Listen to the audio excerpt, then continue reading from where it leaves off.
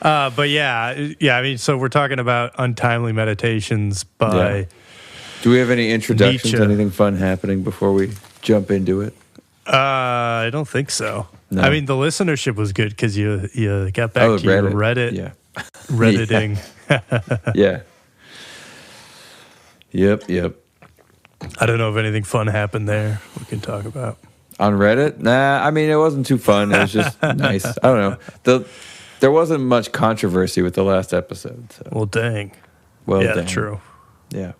That's good. Yeah. I was part of a huge solo pass-off thing for While My Guitar Gently Weeps last night, though. It's like 10 guitar players taking turns doing solos. What? Oh, man. It was so silly. That's a lot of weeping. Yeah. It's one of those things where it's like by the time you get to the fourth or fifth guitar player, it's like, well, what else can a guitar player do? We're just all doing the same thing. I'm going to hold on to this note in a bent position a little bit more, or like bending the string, I mean. Yeah. Yeah. Yeah. No, it's true. Yeah. That's funny. Okay, what number were you in the lineup? Like 8? No, I was the last one, so yeah. Oh, okay. Man. Whatever. I wasn't even going to go up. I was like, they did it. They're fine. Yeah. And the guy running it was like, no, get up there. It was silly. Was this a paid gig thing?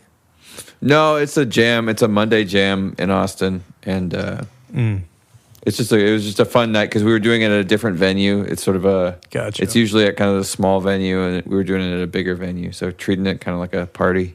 Oh, that's fun. It was fun. Yeah. Yeah, I didn't do anything fun. I was on the microscope all weekend. That sounds very exciting. Yeah, I was in the basement the whole weekend, basically. That's great. I like basements. I miss basements. My basement is cold and dark. Yeah. Yeah. All right. So, this week we're back to Nietzsche. Nietzsche. Yeah. Friedrich. Right. Good old Friedrich. Yeah. Yeah, Untimely Meditations on the Use and Abuse of History. Yeah. I think it's what it's called. I couldn't get a copy. I couldn't find a copy with your particular translation in time. Mm-hmm. So mine is different. So the title of mine is different, too. It's uses and disadvantages of history for life. Oh, interesting. Yeah. I was thinking there's a lot of times I was considering how the translation's very important. Mm-hmm. Yeah. But so I mean, I chose this because we had previously done some Foucault, and Foucault at somewhere I read that Foucault read these before he embarked on his thesis. Mm-hmm. It was very inspiring for him, apparently. Right. And it's kind of ironic, though, because it's basically like this essay in particular is essentially about how you shouldn't get too... there is such thing as too much history. Right. And it can actually destroy life and work in opposition to life. Right. And he talks about specifically in the time of when he was living, the German people had what did he call it? Like a diseased historical sense. Mm-hmm. And they were just kind of playing the part. They were very educated, but they didn't have any culture of their own. They were just studying other people's cultures and playing as if they were them, essentially. But in that there was no German culture. So anyway, that's kind of the crux of this, and Foucault read it, and that's why I wanted to read it. And that's a brief summary. Yep. I think before we even get too much into it, I was reading a side blurb on it, and because I'm reading a different translation than you, so I was kind of looking into it. And so the title of this series of 4 essays is usually called Untimely Meditations, but it's also translated, there's other translations that call it Unfashionable Observations. Oh, interesting. Or Thoughts Out of Season is another translation. Yeah, I could see that. Yeah. Well, because as usual, I mean, this isn't nearly as provocative as genealogy of morals or anything, which is what we read previously. I think it's kind of provocative. I don't know. To me, it's a deeper point. It is a very deep point, and I should just say, so this is going to be episode, I think, 6.4. So if anybody wants to go back and listen to our first endeavor into Nietzsche, that's what to do. 6.1 through 3, which was the genealogy of morals, right? Yeah, those were good episodes. Oh, yeah. Oh, yeah. Yeah. But cool. But yeah. That's interesting about the name. I guess it is a little provocative. Yeah. So I mean, what are your general thoughts, or what are you thinking? How'd you like it? I mean, I like the idea. I mostly, as I was reading, had things that I was tying it to. So a thought that came to mind was the Slaughterhouse-Five story, Kurt Vonnegut, and then another thought was 1984, talking about. There not being any history and living in a perpetual present, which it's interesting because in 1984 that's such a grim prospect, and it's sort of the rise of communism and totalitarianism taking over, forcing people to live in this continual present where all of history is erased and nobody has any memory of anything other than what is now. And Nietzsche seems to be describing that situation as kind of a type of happiness. Yeah, it's kind of tricky to figure out what he is saying you should do. Right. Because he's idealizing the Greeks. That's where he gets in the end. Mm-hmm. So he's more of just trying to point out, and he breaks it up into like unhistorical. You've got unhistorical people and super historical people, and I think the idea is to become, and then I guess regular historical people, and then there's like 3 types of historians, which we can get into, but the unhistorical person is the one who forgets. The super historical person is like one who it seems to like transcend that, or supra historical, right, and is able to like observe. Beyond just past, present, and future, is able to integrate it, I guess, more well. Is right. Well, that's like the Slaughterhouse-Five thing. I don't know if we talked about that. Time is circular. Time is circular. I've read it. Yeah, well, it's not even circular. It's just all at once. These aliens see all time at once. There's no such thing as there's no distinction between past, present, and future. Right. Yeah, we talked about Slaughterhouse-Five a little bit. I don't remember in what context. But yeah, I mean, it seems like he's basically saying the thing to do is to not just get overly don't overly study history. And so he brings up the types of historians. Right. And hang on, I have notes for this. You've got the monumental historians, who are the individuals who sort of venerate the past, specific parts of the past, I guess. And in that, they lose a bunch of other stuff. But they view, history as a source of inspiration. The antiquarian historian, who is basically like, they just are picking up everything about history.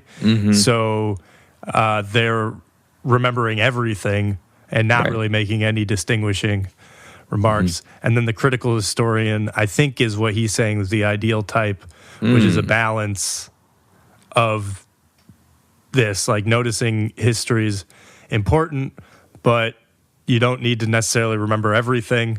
And it's about sort of reflecting on it. And I think also just not forgetting truth. Like we all have a central thing of truth. He starts talking about that at the very end. And it's like only people who are acting completely honestly kind of have the ability to judge, and those are the best types of people, it seems like. Which again, it's like he gets in this weird way of where he's venerating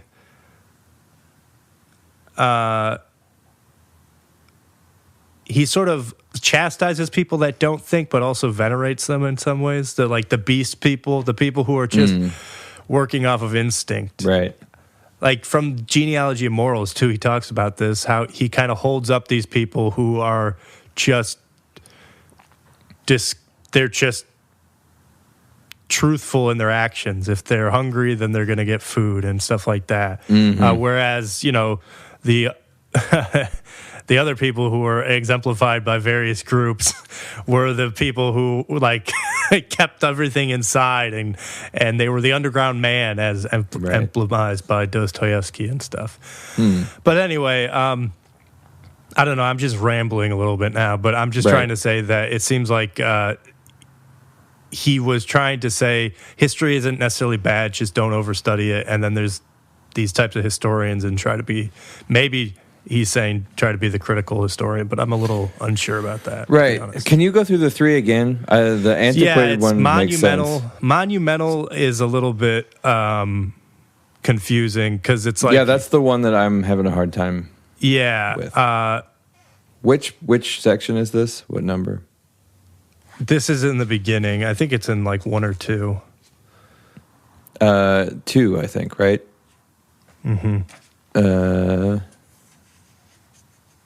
Where does this sentence start? Oh, this is a long sentence. Yeah, there are 3 kinds of history so far as they can be distinguished: the monumental, the antiquarian, and the critical. So monumental art, the art that has had an effect on all ages according to the official definition. In their eyes, no need, nor inclination, nor historical authority is in favor of the art which is not yet monumental because it is contemporary. So he's saying basically the issue with the monumental historians is though they do venerate and sort of learn from history, you know, they end up doing it at the expense of making new history in many ways and new monuments. So what say we studied in music history, would that be monumental history essentially? Yeah, I think so. Yeah, because we weren't just taking data sets, collections of points of things that had nothing to do with anything. There would probably be some antiquarian history in that too, though, because there's like, you know, there are also probably history classes. I guess not that we took, but yeah, I guess you're right. You're asking because we were kind of going through like big name composers and big pieces of music, or monuments, right? Exactly. And then antiquarian, it feels like that almost feels like it's an impossibility for humans. That seems like something a computer does. Maybe I'm misunderstanding it. Yeah, it's the man who can rest content with the traditional and venerable uses the past as an antiquarian historian. What does that mean? I don't know. And only he whose heart is oppressed by an instant need and who will cast the burden off at any price feels the want of critical history. What? Hang on. Can we go back? He describes all 3 types in this paragraph, Antushka. I'm getting it. I'm just having a hard time understanding it. Yeah, each of the 3 kinds of history will only flourish in one ground and climate. Otherwise, it grows to a noxious weed. If the man who will produce something great have need of the past, he makes himself its master by means of monumental history. So, okay. Right, you're creating a narrative of the past. You're creating a canon of important events. Yes. The man who can rest content with the traditional and venerable uses the past as an antiquarian historian. Okay, hang on. So let's the traditional. I need to pause. So who's content with the traditional. Yeah. So this is where I'm actually the antiquarian thing, the content with the traditional. What if the traditional is whatever? Can antiquarians be under the umbrella of monumental? So there's a tradition of some kind of monumental history. I think I see what you're getting at. I guess I'm having a very hard time imagining what the antiquarian historian is doing. The difference is just that the antiquarian historian, I think the difference is just that they collect all of history. They're not just venerating a few, which is why it's like talking about he who who likes tradition. I'm taking tradition here to mean, and again, it's a translation, so who knows? Maybe he or she could have chosen a better word for this. Whoever I don't know who the translator was, but it's the idea that tradition is just anything that you're repeating over a long period of time, and it's any history in some sense, I think, and rest content with the traditional and master by me with the traditional and venerable.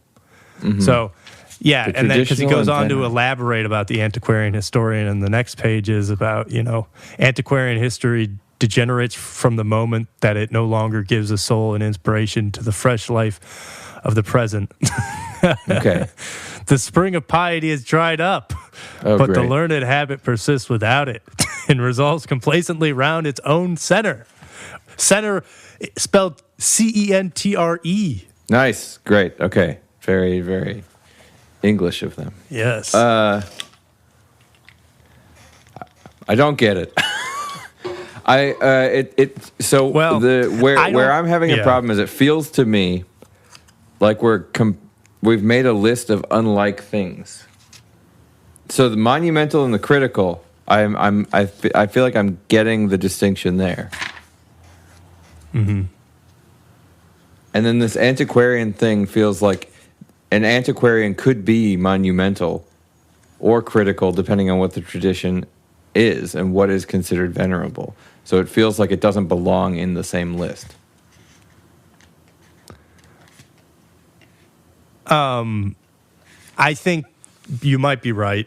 I think it's sort of a side thing, I mean, it's important, but it's like, for me, it is just like another example of him trying to categorize things, and I agree it's maybe not the best categorization, but I don't even know if it isn't. I think I'm not understanding it enough to make that evaluation. Yeah. It's just it feels to me like it doesn't quite belong. I just see it as, again, the monumental is somebody that's really holding up big events, kind of like we were saying, it's the best of hits. The antiquarian is holding up everything. See, that's where I'm not understanding that, or I'm not getting that part out of it, and maybe I missed a different section. I can't find the exact, Right. So what I'm imagining is there is always the danger here that everything ancient will be regarded as equally venerable, and everything without this respect for antiquity, like a new spirit, rejected as an enemy. Right, so the older the better. Yeah. I mean, and it's... I'm trying to find more where he specifically just says antiquarian history. Right. Is this. Come on, Nietzsche. Lay things out easily. You bastard. Yeah, the antiquarian sense of a man, a city, or a nation has always a very limited field. Many things are not noticed at all. The others are seen in isolation as through a microscope. There is no measure. Equal importance is given to everything, and therefore too much to anything. So they venerate the old. So when he's saying traditional, maybe that's where maybe that's the translation thing. So antiquarian, they're talking about old stuff. So antiquarians think that the older it is, the better. Yes. So if it's ancient history, they must really be onto something. Yes. And if it's like it happened last week, they're like, well, why would we care? That's so recent. Right. And so all of these, I mean, basically the antiquarian and monumental historians, my interpretation is that they're both they let history has sort of become pathological for them, and they stand in opposition of life, in a sense, and of art, and he even, I think, throws religion in there, and they kind of work against the eternal. This is an interesting thing he gets at, is that knowledge works in opposition to, I think, life and the eternal. Right. That sounds very biblical. Yeah, it's very interesting. I mean, that sounds exactly like a different way of describing the fall from Eden. Right. Yeah. That was another thing. That was another connection I was making while reading this, the Eden story. Oh, yeah? Well, because of knowledge, going against life, once they ate from the tree, they were going to die. It's this weird thing where it says, now you will die. They weren't going to die before. Right. Right. And now they don't have access to eternity, only through blah, blah, blah. Like there's this whole other part of it. But what happens when they gain knowledge is they lose access to eternity. Right. Right. And as Nietzsche kind of describes it, it's like you're jumping from knowledge bank to knowledge bank, thinking that you're going somewhere, whereas the real eternity is sort of, and this is where it does feel like he's kind of saying like history degrades life, but he is, I think, specific enough to say that it's not all history. You do need to study history, especially because it's kind of ironic. I have this written at the end because he's saying basically the cure, he's offering a solution, a prescription to Germany's issues of the day, which is that they have no culture. There's no German culture. Right. And he's saying, hey, look what the Greeks did. They were in a similar scenario. They had, as he was saying, foreign cultures. They'd inherited foreign cultures from all of these places in the Middle East and whatnot. And they, for a little while, they were just playing the part of all these civilizations that they had, been reading about. But then they sort of galvanized, they amalgamized, I don't know, something. They conglomerated it all into something that we know as Hellenic, Greek culture that then, and so he's saying the Germans of his day have to do a similar thing. But it's very interesting reading this because he's so down on his time as he keeps saying how there's no culture and that there's like mediocrity everywhere. And again, he's writing in the 1870s. Right. It's like we venerate the 1870s right now. We're like, this was, I mean... I feel like that particular period people hate, but yeah. Scientifically, is what I mean. In terms of science and music, there's a lot of people who really Yes. I mean, if you study classical music or you study science, you're going to be... I mean, we have a lot of our modern world was created in the 19th century, So all of like the big, quote, fathers and mothers of industries trace their roots back to the 19th century. And in the 1870s specifically, you've got Pasteur is doing all of his crazy experiments. Koch, however you say it, K-A-O-C-H, Koch's postulates. I think that's what it is. Koch's postulates. I don't know. I don't even know what that is. They're just these four... we could say kind of obvious postulates about how you can determine whether a bacterium or microscopic thing is causing a disease. And, it's like, you gotta take it, like give it to somebody that gets sick, you take it away, they get better kind of thing. Nice. But the point is the microbial age was dawning, and this brought a whole new industry in everything, in science, physics, biology, medicine, aseptic technique. The list goes on. Semmelweis, I guess he was a little bit earlier. But the point is, and then you have Wagner, you have Chopin, you have Rachmaninoff. Right, well, he's later, but Yeah, you're right. And Debussy was a little later, too. But all in this time, you're right. Yeah, Beethoven, I guess, had already... Yeah, Brahms. Mahler, exactly. Yeah.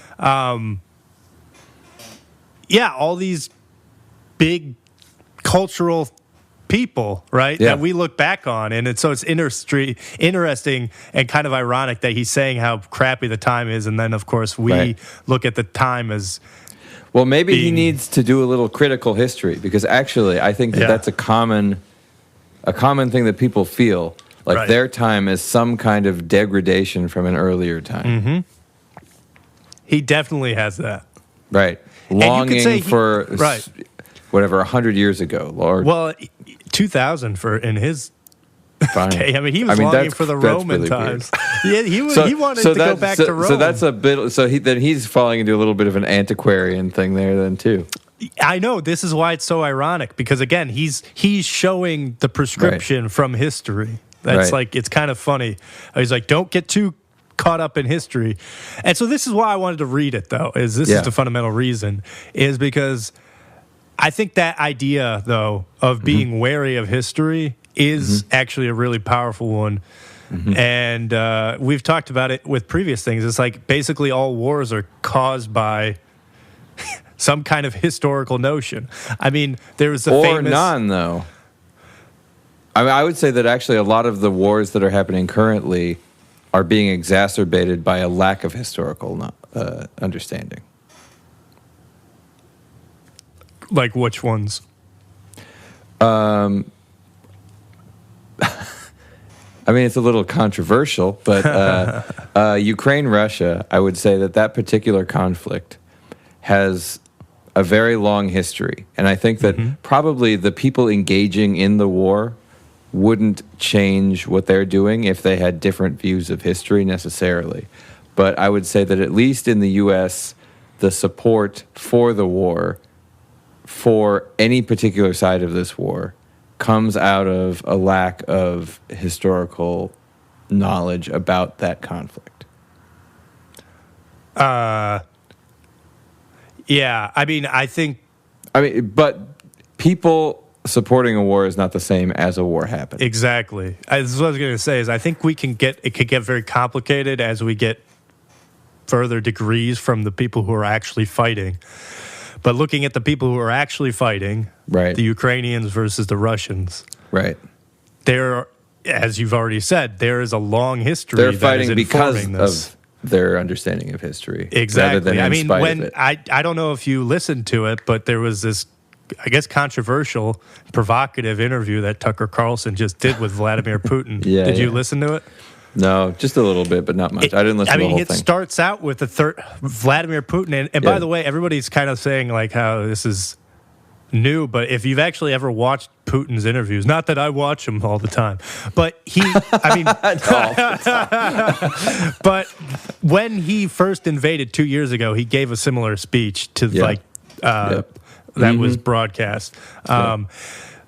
He started out with a 30-minute history lesson, going back to when the Scandinavians came down. 9th century. I know. So the point is, the Scandinavians are supposed to be in charge, I think, is what I was hearing. I see. So you're going to... But yeah, no, I mean, it was a very historically informed thing. Right. And of course, the Ukrainians have their own historically informed idea about why they deserve that land. And of course, we won't go into Palestine and Israel, but there's a lot of history there. They all have some historical claim. Yes. Of course. But then you wind up with people in the United States marching and yelling and screaming, and they don't know anything about any of it.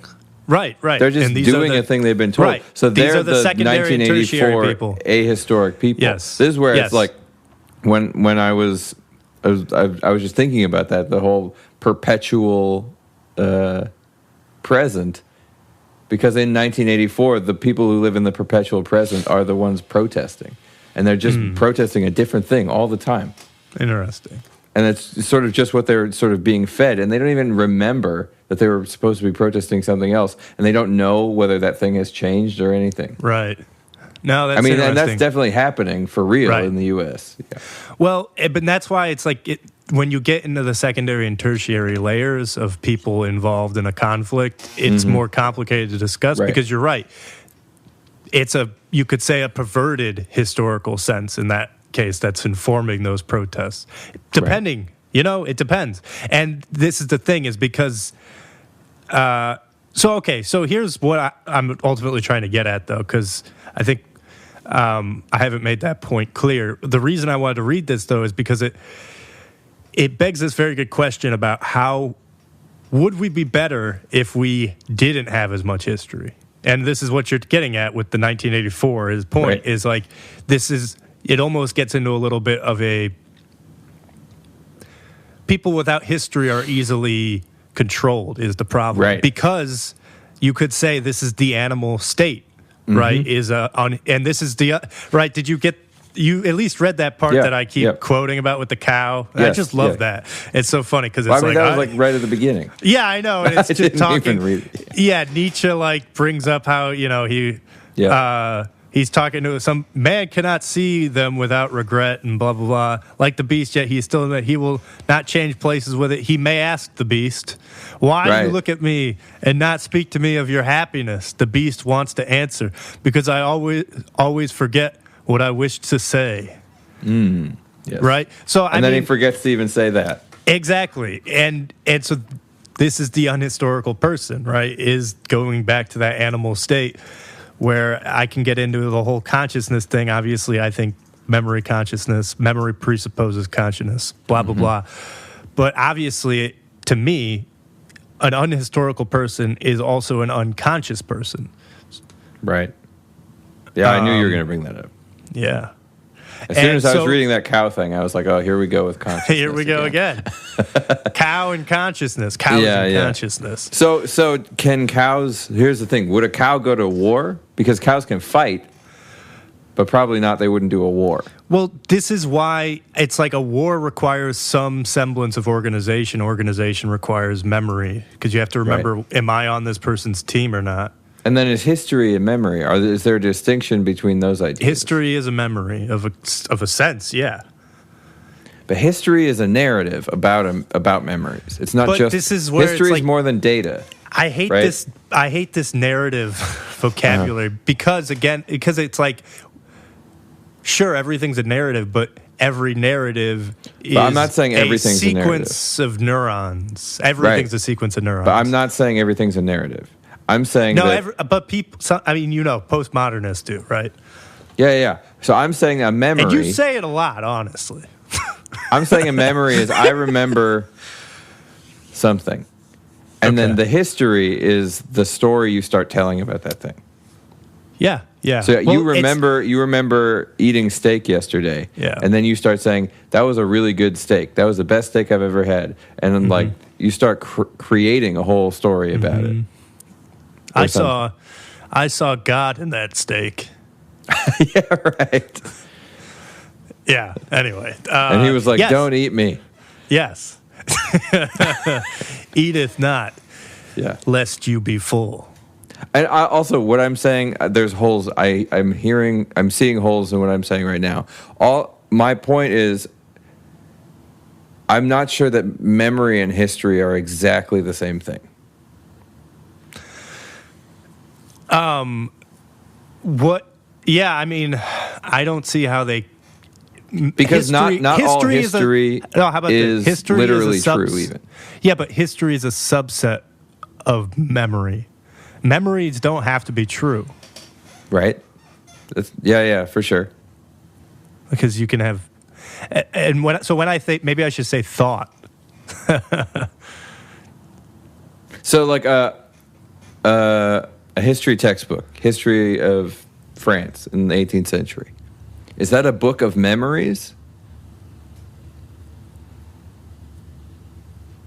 Because probably the person who wrote it doesn't remember any of that stuff. But it's of somebody's memory. You're trying to reconstruct somebody's memory.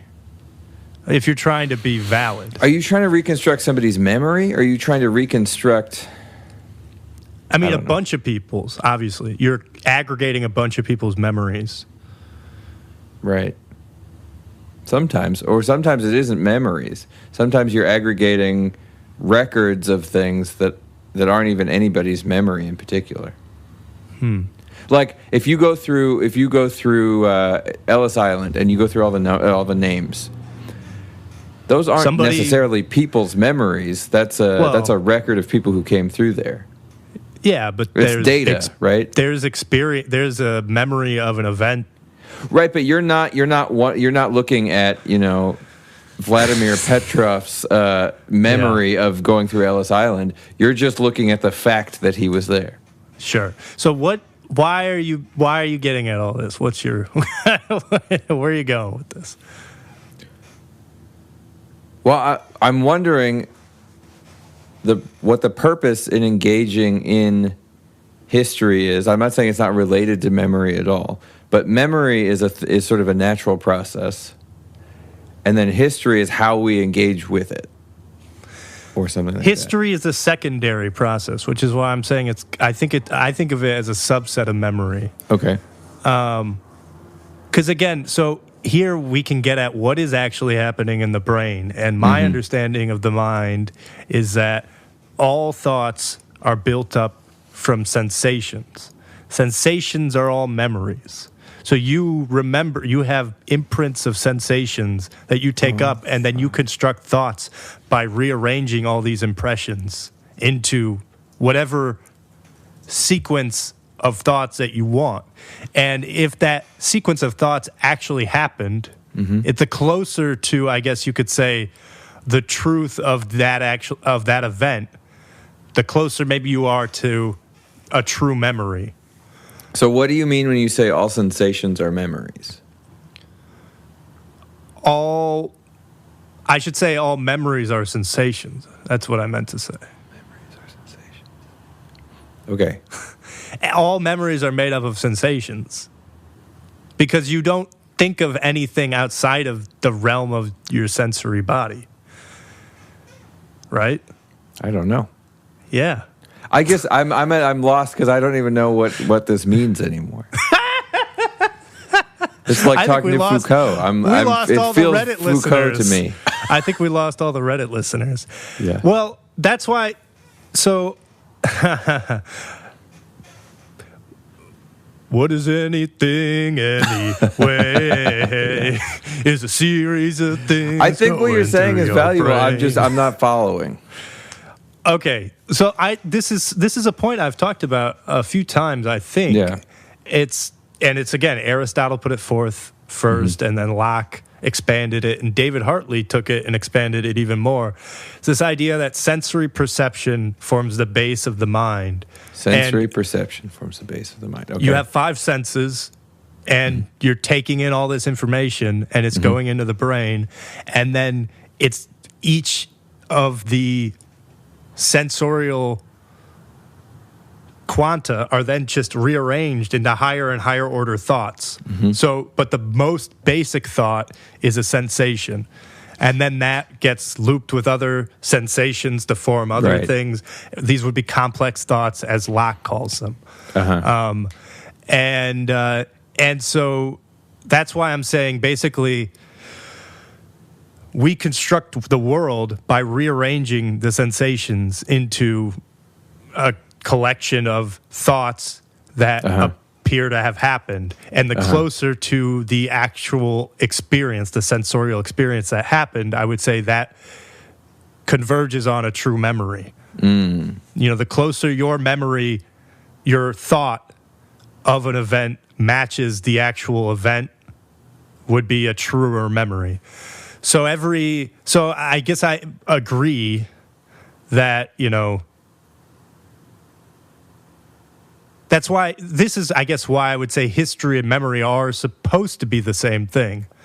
Because history is supposed to be a representation of what actually happened. I think that depends on how you're doing history. Critical history is not. Sure. Yes, my conception of history. How about that? Sure. How about that? Well, because even what Nietzsche is talking about the using history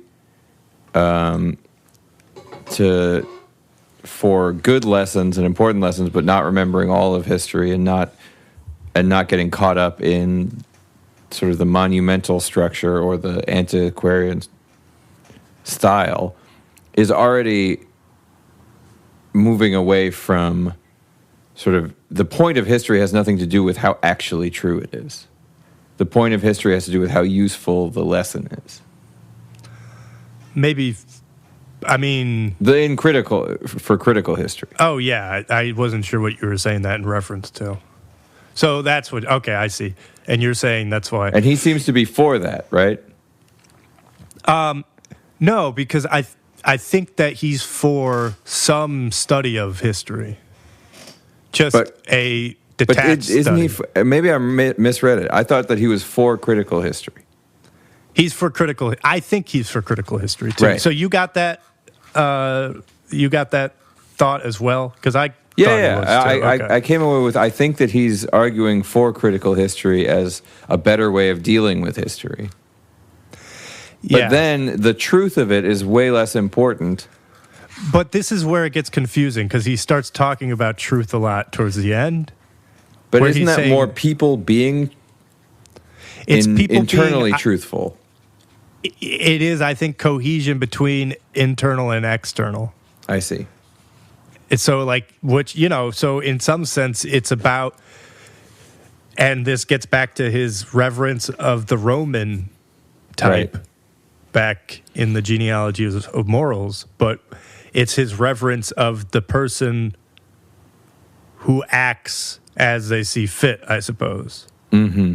Which is where, you get, this is why he's obviously used as an example of, just some tyrants may have read him in the 20th century and be like, oh, so that's what we're supposed to do?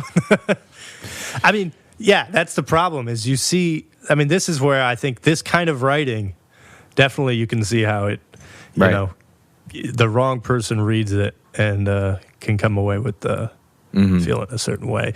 But it's true. It also does seem like that's exactly what he's saying. So maybe it's not even coming away with the wrong. I mean, I'm not sure. I would say that I don't actually think the value of history is how true it is to what actually happened, because I don't know if what actually happened is a meaningful. I don't know if it's something that it's not really testable. We can't know if we're right or wrong, and so it doesn't feel worthwhile pursuing to me. So if I think about important histories, I think about things that it actually doesn't matter if they're true or not.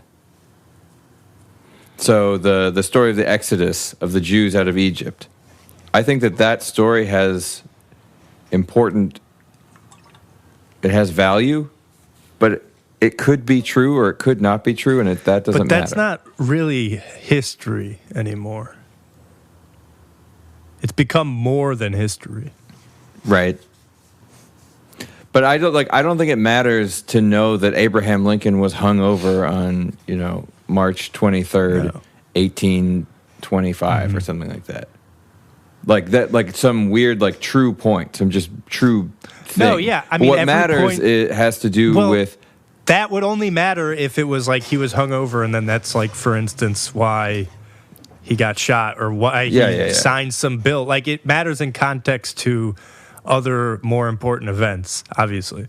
So I see what you're saying. I think like the Bible example is a little bit off because, of course, there's but it's treated as history. I mean, no, I would say it's treated more by people as a proverb. I mean, do you hear this all the time with people of saying, like, the Bible isn't, you're not supposed to take it literally kind of stuff. I'm not saying that something like Exodus didn't happen, but I'm also saying that Abraham, it's like probably wandering for 40 years and what they lived to be 100 or 800 years old and stuff like that. Right? Obviously, it's not exactly history, right? Just by that standpoint. And of course, then we get into that they were probably measuring the days differently and I'm not even talking about that. It's not exactly history. I think that mythology I guess this is where I'm getting hung up a little bit. I think that mythology and history are far more closely related than memory. I consider history something like mythology. So, yeah, because you think that there can be untrue history, whereas I think that you are just expanding the definition of history too much. Maybe. I think like the stories about Beethoven may or may not be true. Yeah. I think there's a lot of things that we learn in a history textbook that's probably not even literally true. Yeah. Because there's so much mind reading also that goes on in history, and we connect things. This caused this, caused this, caused this.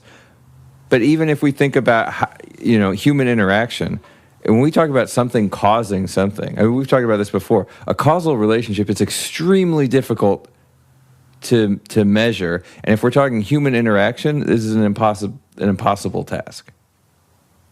And so there's official narratives, and I don't mean narrative in the Foucault sense. I mean that, the CIA says this is what happened and this is why it happened. And a historian can look at that and put that in a textbook, and that may or may not be true. Well, the sequence of the events yes, of course, it may or may not be true, but it's maybe supposed to be true is the point. Right. You're like not 9/11 could be because a bunch of terrorists hated us. It could be because the CIA was whatever. It could be any number of things. Right. And you and I don't really have any way of getting to the bottom of that. Right. But there's a bunch of history textbooks that say it's one way. Maybe. I guess maybe you're here. Maybe this is where you're getting at. And maybe I think I could see where you're coming from a little bit easier. So that you're saying that history isn't just the events, it's the events plus how you sequence the events. And that sequencing of events is always going to be a bit of an editorialization.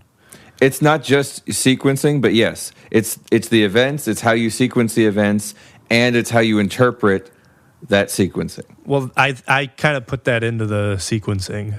Sure. Just because interpretation is going to come into that's how you sequence them, is based off of your interpretation. Right. But again, I think it's all with a intention of being true. Right. You're not, I mean, you could say the true historian isn't trying to make a narrative of history to... Well, this depends on who you ask, because there are different schools of history. Yes, I know. I'm talking about just from me, which is why I think we have to be careful here, because I don't want to be just quibbling about differences in my and your definition of history, because I just don't know how interesting that is. Whereas there's this other question, which I kind of keep trying to get us back onto, which is just like, is it right to say that maybe it's okay to forget sometimes? Oh, sure. Because that's the question. It's at what point do you need to forget? Right.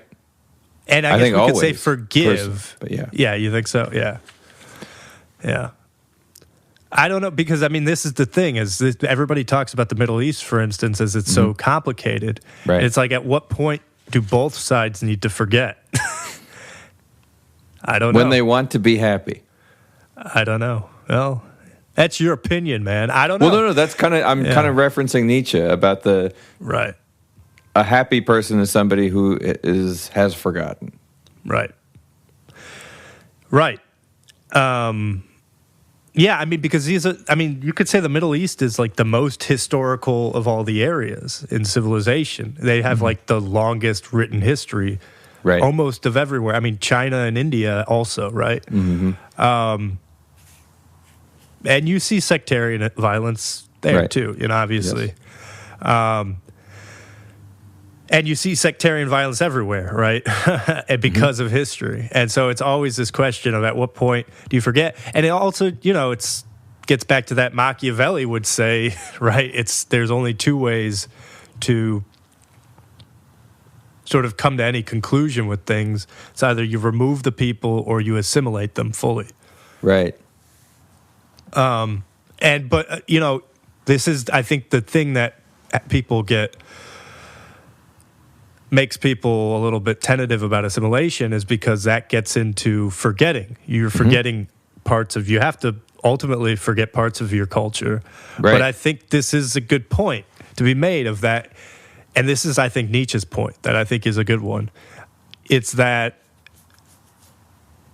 none of us should get into the position where we're just miming history.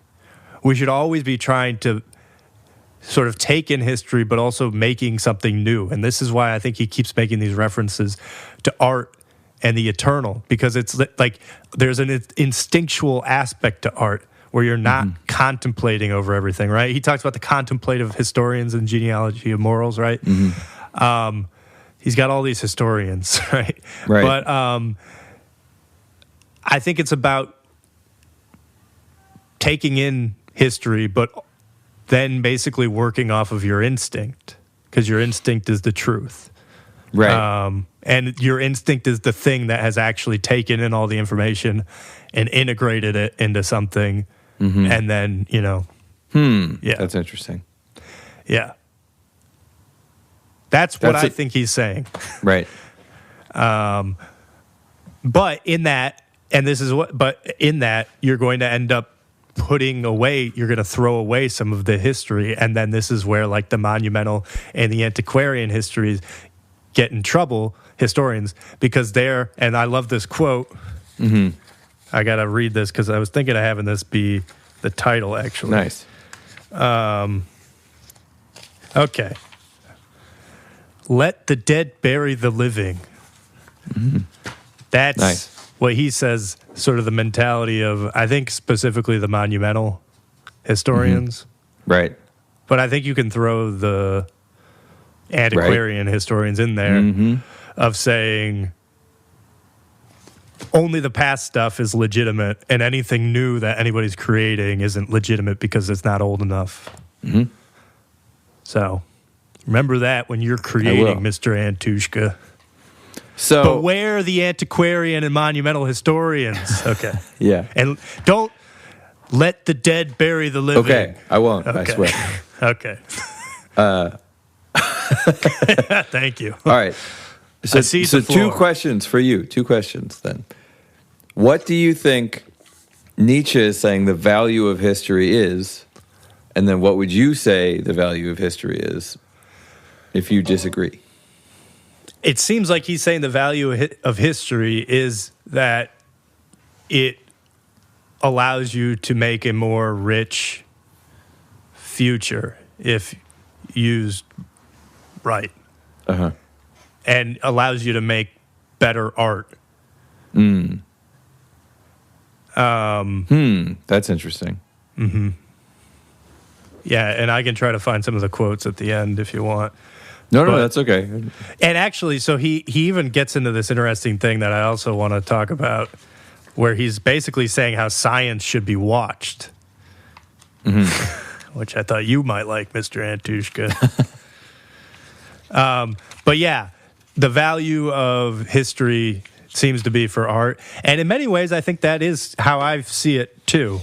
The value of studying history has always been, for me, a way to obviously learn from the past and try to, kind of like with the sensations that we take in, reorganize them into something new that's interesting and different. Right. But it is kind of helpful to read the past so that you can not make the same mistakes kind of thing and whatnot. But it's the problem then, you don't want to become a puppet, as he sort of has said. Right, but only somebody who understands history can be just. He talks about that. Yes. And not only that, he says specifically the only people who should write history are people by men of experience and character. Nice. He who has not lived through something greater and nobler than others will not be able to explain anything great and noble in the past. Okay. Yeah. Yes, and it says historical justice is a terrible virtue. Historical justice, even if practiced conscientiously with a pure heart, is therefore a dreadful virtue because it always undermines and ruins the living things. Its judgment always means annihilation. But yeah, so at the end, he gets into these interesting discussions about, he starts by talking about science. Right. Well, so he defines unhistorical. He says, by unhistorical, I mean the power, the art of forgetting and of drawing a limited horizon around oneself.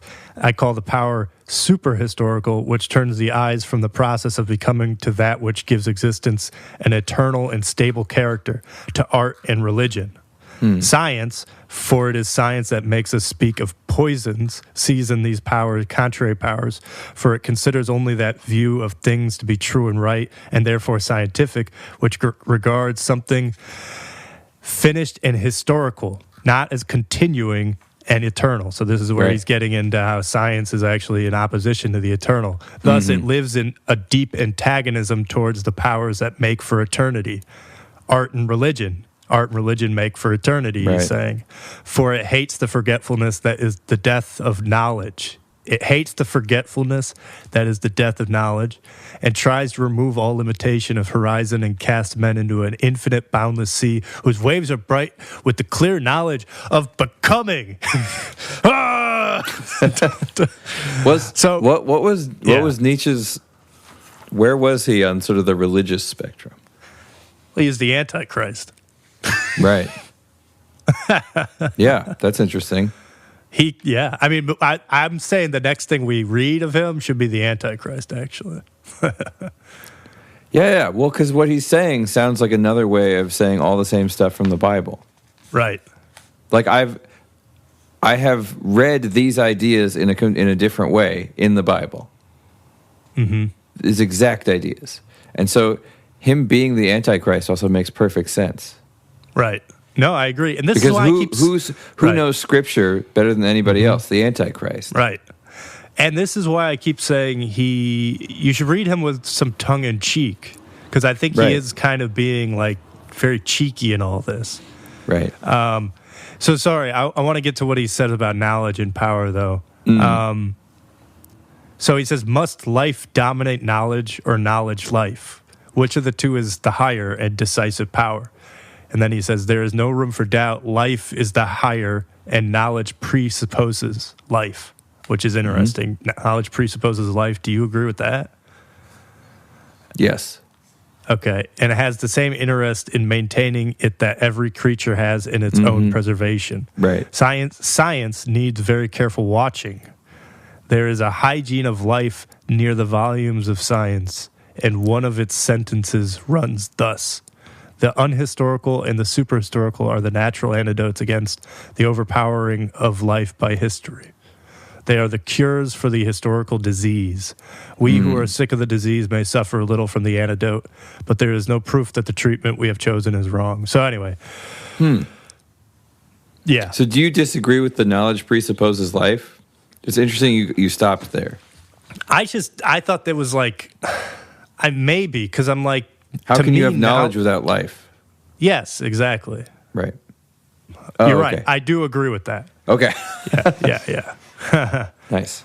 Yeah, no, I agree with that. Okay. That knowledge presupposes life. Nice. And I agree with that, the fact that life is higher than knowledge. What I was a little confused by was there is a hygiene of life near the volumes of science. Yeah, I got a little lost there too. And I don't know if this is translation. It's a cool sentence. Yeah. There's a hygiene of life. Yeah. Which section? It's like the second to last page or something. Okay. I don't know. Because I wonder if my translation says it slightly differently. What does the paragraph start by saying? It's the seventh to last paragraph. If they could only live therein. Okay. If only man could live in it. As cities collapse and grow desolate, when there is an earthquake and a man erects his house on volcanic land only in fear and trembling and only briefly, so life itself caves in and grows weak and fearful when the concept quake caused by science robs man of the foundation. Can I read mine real quick? It's kind of interesting to compare how different they are. Just as towns are shaken by an avalanche and become desolate. It's a whole different problem. An earthquake versus an avalanche. Yeah, and man builds his house there in fear and for a season only. So life is broken in sunders and becomes weak and spiritless. Anyway, if the avalanche of ideas started by science. So this person's using an avalanche metaphor. Right. Okay, so then I go down like halfway through. Thus, science requires superintendence and supervision.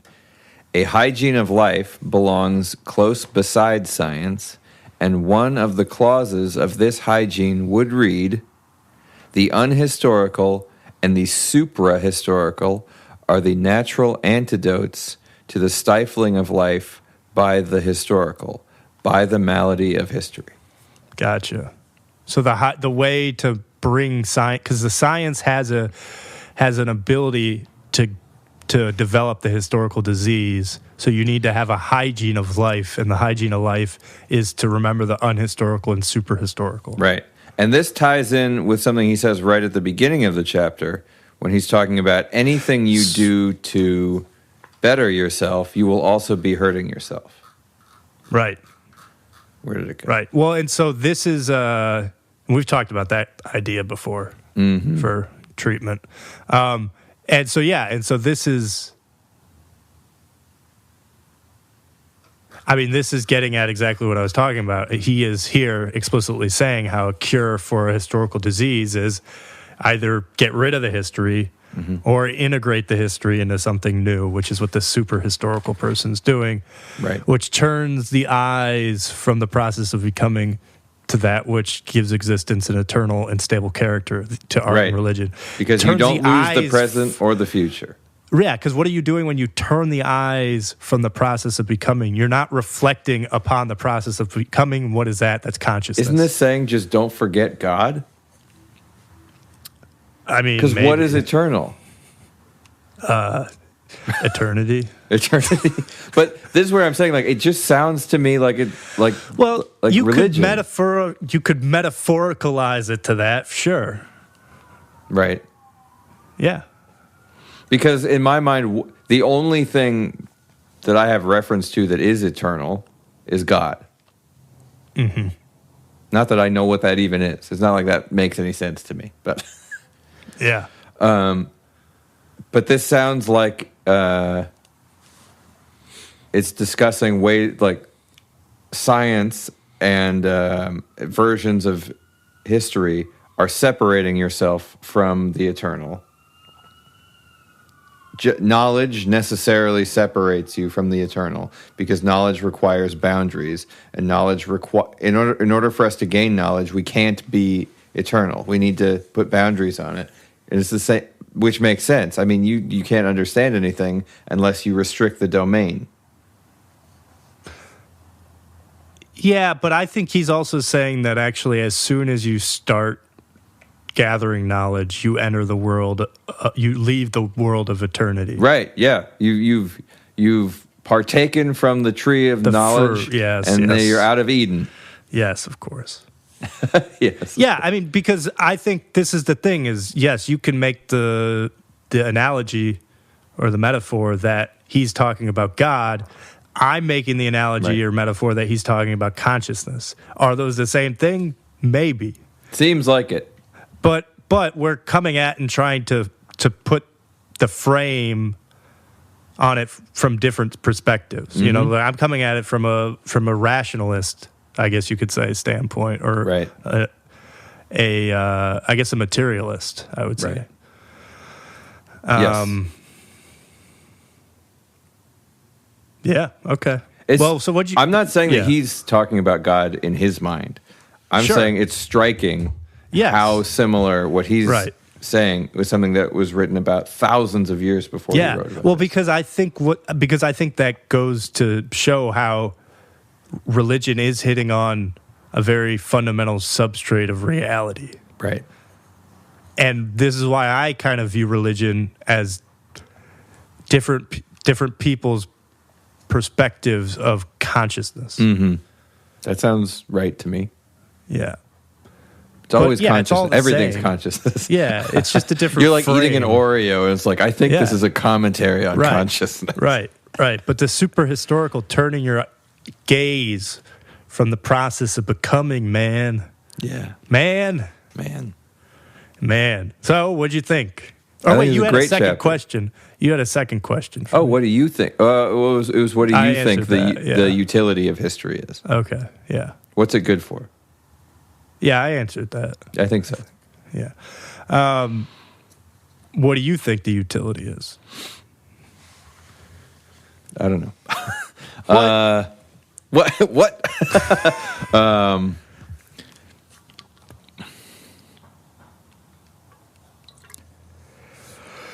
I don't know. I think it's exactly what he's saying. I think it helps you to better yourself.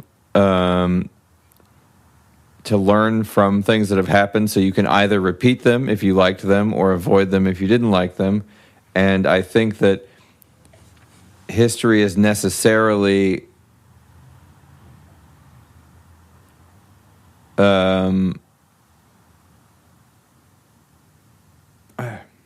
what's the right? I'm having a hard time finding the words. I want to say necessarily untrue, but that's not what I mean. I don't think it is necessarily untrue. I think history can be true or it cannot be true, and I think that has very little bearing on its utility.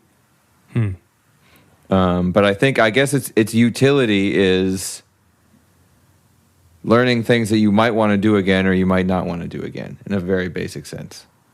Yeah, I think it seems we have similar opinions about it, because wouldn't you say that's similar to what I was talking about? Yeah, I think so. Integrating it into something new. Yeah, I was just trying to put it in like really simple. Do you want to do it again or don't you? Sure. Yeah. Would you say you read a lot of history? Not now. I do like reading history. Yeah. Okay. I think reading history is interesting because I'm always wondering. I just like, what am I reading? Yeah. Is what I'm wondering. Sounds exhausting. What's happening here? Reading history with Antushka. Oh no. What do they mean by this? I just don't get what they mean. Yeah. Like, I just don't get it. I always don't get it.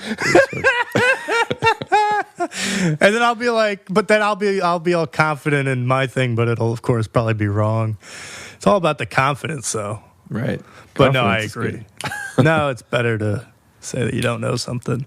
Yeah, but so you like this chapter? I did. I thought it was very good. Oh, nice. This is my favorite Nietzsche chapter reading we've had so far. I liked the other Nietzsche ones too, but I liked this one. I thought you would. Yeah. You're a little Nietzschean yourself, my friend. Yeah.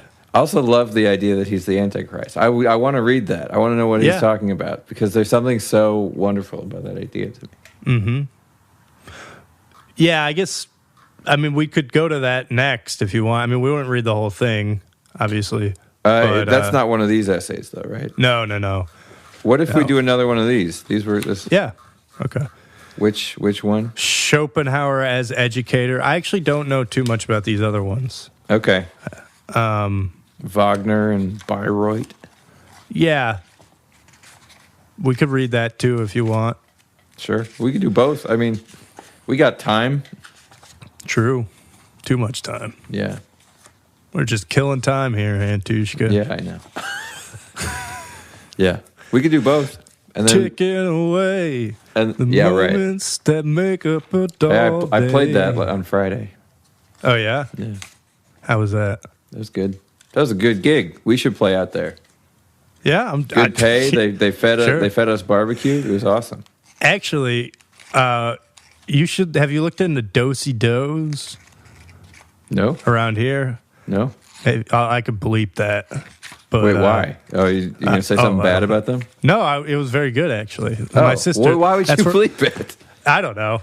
We don't want to give it away where we're thinking about playing, but yeah, it might be a place to look into. They have a few locations outside of Houston. Nice. That's where my sister played. Oh, cool.